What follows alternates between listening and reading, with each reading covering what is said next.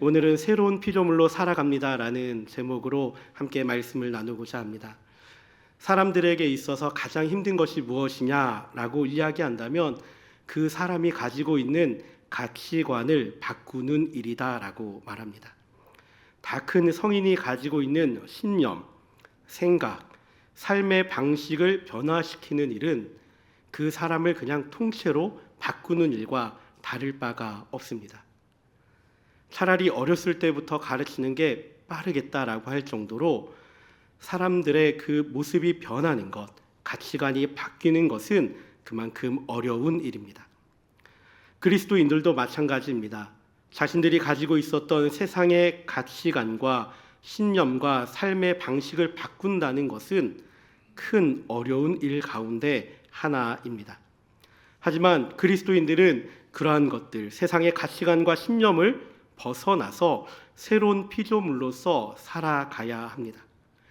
오늘 우리가 읽은 고린도후서의 배경이 되는 고린도 역시도 세상의 다양한 가치관과 신념과 삶의 방식이 가득한 도시였습니다. 코린트라고 불리우는 이 도시는 육상 교통에 있어서도 그리스 남북을 이어주는 도시였고, 동서로는 해상으로는 이오니아해와 에게해를 잇는 교통의 요지였습니다. 자연스럽게 무역으로 발달한 도시였고 중개 무역이 발달하였습니다. 또한 해운대라는 특성처럼 많은 우상들이 있었던 우리 해운대 지역처럼 바다가 있는 곳은 자연스럽게 수없이 많은 우상들이 있었던 도시였습니다. 헬레니즘 시대의 상업 도시로 번성하였고 헬라스의 별이라 일컬어졌던 이 도시, 하지만 그 안에는 수없이 많은 우상들이 함께 있었고 우상들에게 바쳐지는 제물들이 있었습니다. 바울은 이 도시에 도착하여서 아굴라와 브리스길라의 도움으로 복음을 전하고 18개월간 체류하였습니다. 이후 유대인들의 방해로 인해 바울이 고린도를 떠나서 여러 지역을 순회하는 가운데 3차 선교 여행 도중에 에베소의 고린도 교회의 문제를 듣고 서신을 보냅니다. 그리고 마게도냐에서 다시금 한 번 더 서신을 보내게 됩니다.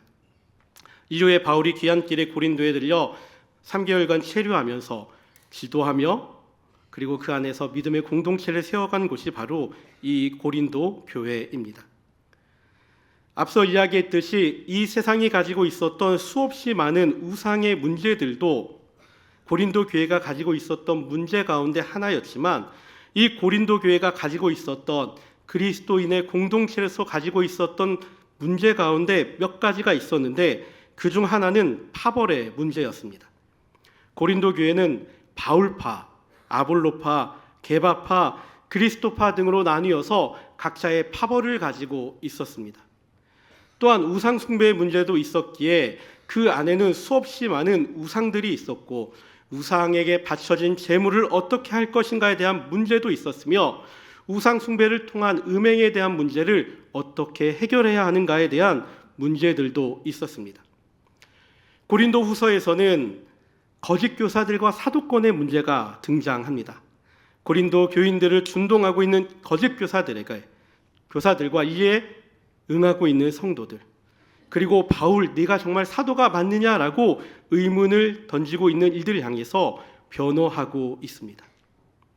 이런 고린도 교회의 모습을 바라보면서 오늘날 많은 신학자들은 이 세상과 살아가는 오늘날 우리들이 사는 세대와 별반 다른 것이 없는 것이 이 고린도 교회의 모습이다라고 말하고 있습니다.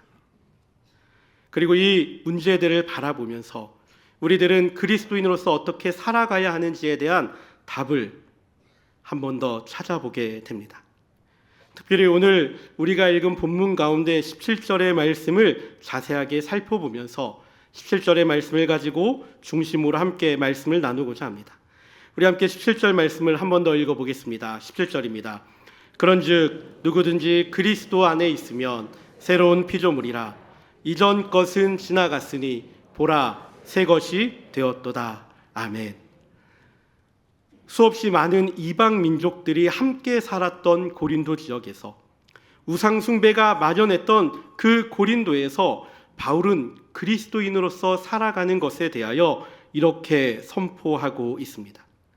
먼저 그리스도인으로서 살아가는 그 대상들은 이러하다라고 말합니다. 바로 누구든지입니다. 바울은 그리스도인으로서 변화되는 사람들에게 조건을 붙이지 않습니다. 누구든지라고 말합니다. 대상에 한정이 없습니다.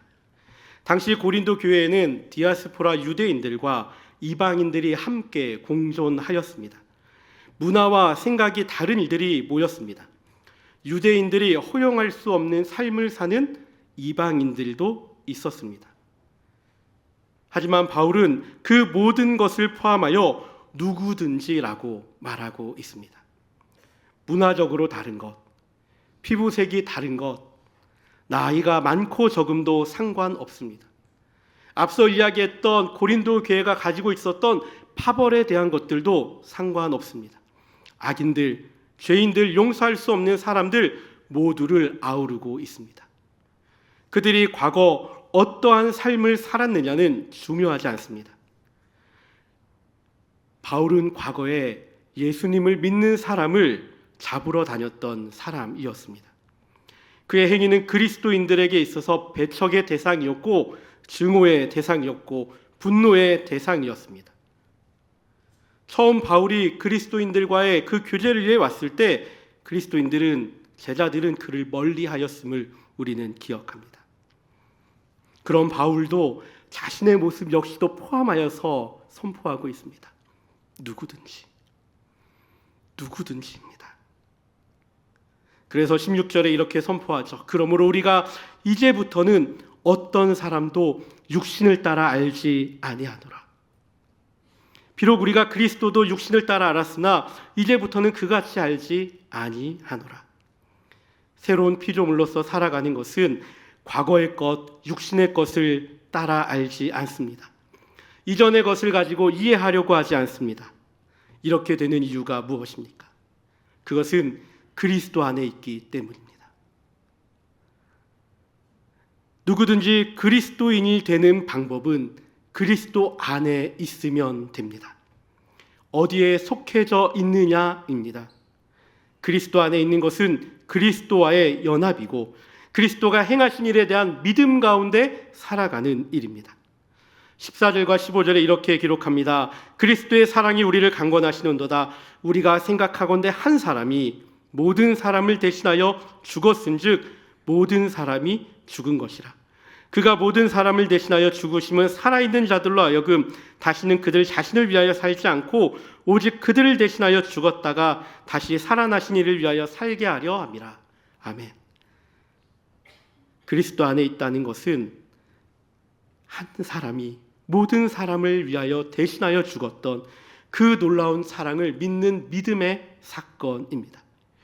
예수님이 이 땅에서 하신 일에 대해서 믿음으로 고백하는 일입니다. 우리를 대신하여 죽으신 그 예수님의 사랑을, 죽음을 이기시고 부활하신 그 예수님의 놀라운 일들을, 하늘에 오르시어 하나님 우편에 앉아 계시다가 마지막 때에 다시 모실 그 예수님의 놀라운 일들을 믿음으로 고백하는 일입니다. 이 놀라운 부활의 소식과 심판받는 것에 대해 믿음으로 고백하는 것, 그것이 바로 그리스도 안에 살아가는 사람들입니다. 그리스도 안에 살아간다는 것은 믿음을 가지고 살아가는 것입니다. 그리고 그 그리스도 안에 살아가는 이들이 새로운 피조물이 됩니다. 그리스도 안에서 새로운 피조물이 된 이들이 바로 그리스도인입니다.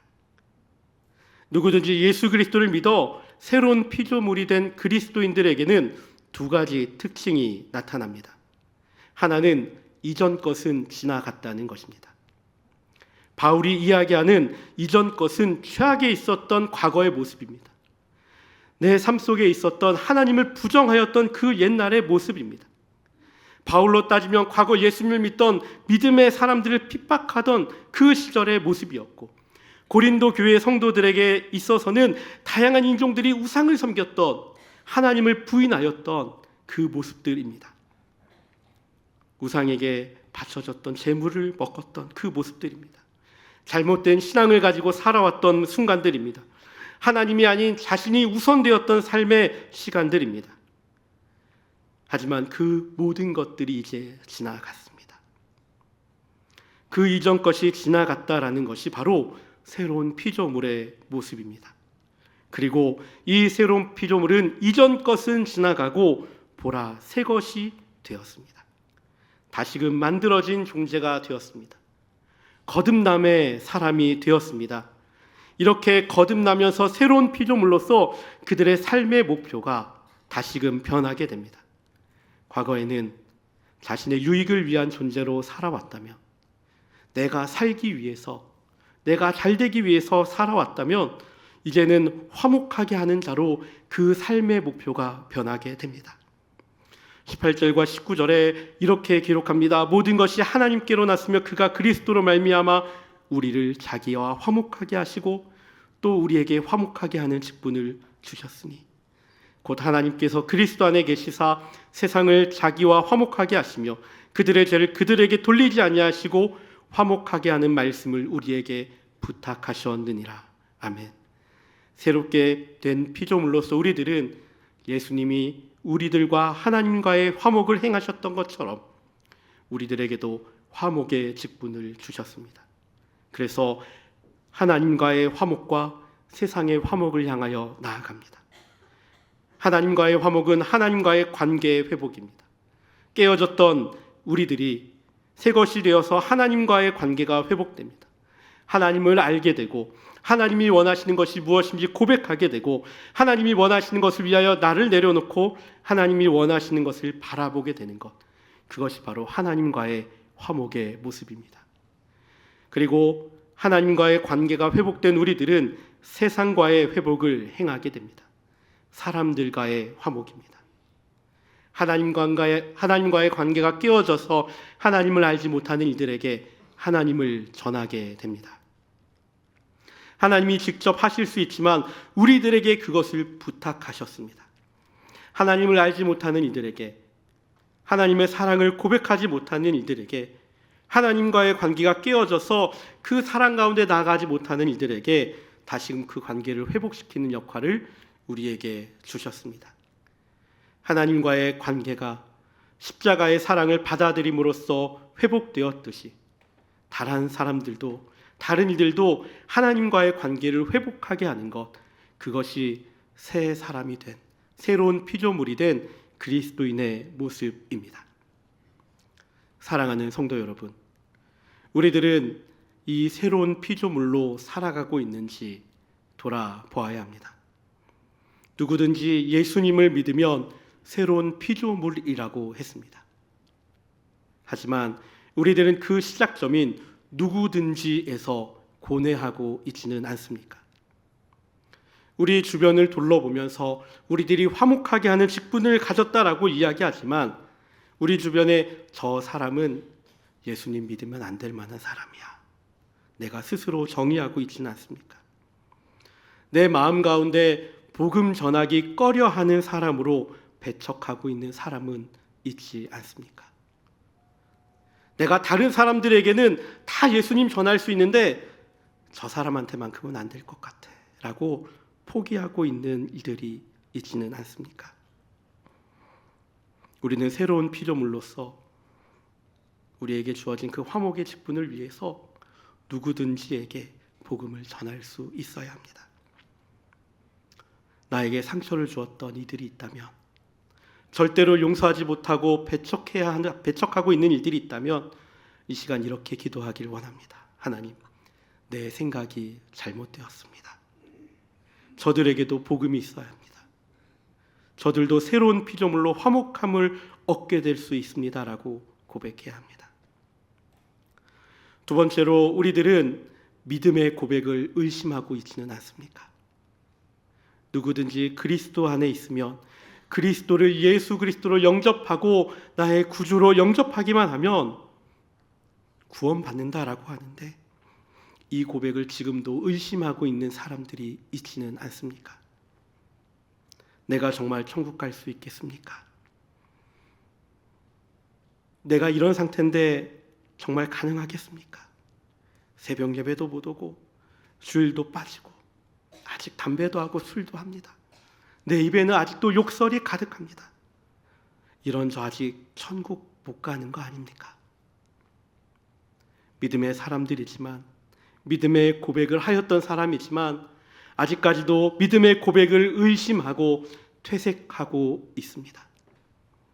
그리스도 안에 있다는 것은 나를 위해 죽으신 예수님을 구주로 고백하는 일입니다. 그 고백이 우리를 천국으로 이끄는 것이고 우리를 그리스도인으로 이끄는 고백입니다. 그 고백이 퇴색되지 않게 하십시오. 마지막으로 새로운 피조물의 삶에서 우리는 방황하고 있지는 않습니까? 새로운 피조물은 이전 것은 지나가고 새 것이 되어서 화목하게 하는 직분을 가진 자입니다. 하지만 아직도 나는 이전 것에 묶여 있지 않습니까? 내가 예수님 믿기 전의 삶이 아직도 족쇄가 되어서 나를 붙잡고 있지는 않습니까? 예수님 믿은 후에 삶이 변해야 하는데 아직도 그대로인 나의 삶에 실망하여서 슬퍼하고 있지는 않습니까? 우리들이 새로운 피조물로서 삶을 살아갈 때 한 번에 바뀌면 좋겠지만 나의 삶은 한 번에 바뀌지 않아서 괴로워하고 있지는 않습니까? 중요한 것은 우리들은 새로운 피조물이 되었을 때 우리들의 삶의 방향이 정해지고 우리들의 삶의 방향이 조금씩 하나님의 영광을 위한 삶으로 바뀌어 간다는 사실입니다. 내가 바라볼 때 더디게 바뀔 수 있습니다. 내가 생각할 때 나는 왜 이러지라고 생각할 수도 있습니다. 하지만 내가 새로운 피조물로서 예수님을 나의 구주로 고백하였을 때 내가 바라보는 방향이 나와 세상에서 하나님을 향해 나아가고 있습니다. 지금 변하는 속도가 느리다고 상심하지 마십시오. 어느 순간 나는 하나님을 향해 방향을 잡고 나아가고 있을 것입니다. 이것이 새로운 피조물로 살아가는 삶입니다. 이번 한 주도 새로운 피조물로 살아가길 소원합니다. 누구든지에서 멈추지 마십시오. 믿음의 고백 가운데서 의심하고 그 믿음의 고백을 퇴색시키지 마십시오. 새로운 피조물로서의 삶에서 방황하지 마십시오. 우리 함께 읽은 그 17절의 말씀을 기억하며 나아갑시다. 우리 함께 마지막으로 한 번 더 17절 말씀을 읽겠습니다. 그런즉 누구든지 그리스도 안에 있으면 새로운 피조물이라. 이전 것은 지나갔으니 보라 새 것이 되었도다. 아멘. 이 말씀을 기억하며 살아가는 한 주가 되기를 예수님의 이름으로 축복합니다. 아멘. 하나님, 오늘 말씀을 기억합니다. 새로운 피조물로서의 삶을 살아가는 믿음의 성도들이 되게 하여 주옵소서. 복음을 전함에 있어 누구든지에게 전하게 하여 주시고 믿음의 고백에 있어서 의심하며 그 고백을 퇴색시키지 않게 하여 주시며 새로운 피조물로서의 삶의 방향을 바로하고 방황하지 않게 하여 주시옵소서. 오늘 하나님께 드리는 귀한 예물이 있습니다. 예물을 받으시고 하나님이 기뻐하시는 일에 사용케 하여 주옵소서. 예수님의 이름으로 기도합니다. 아멘.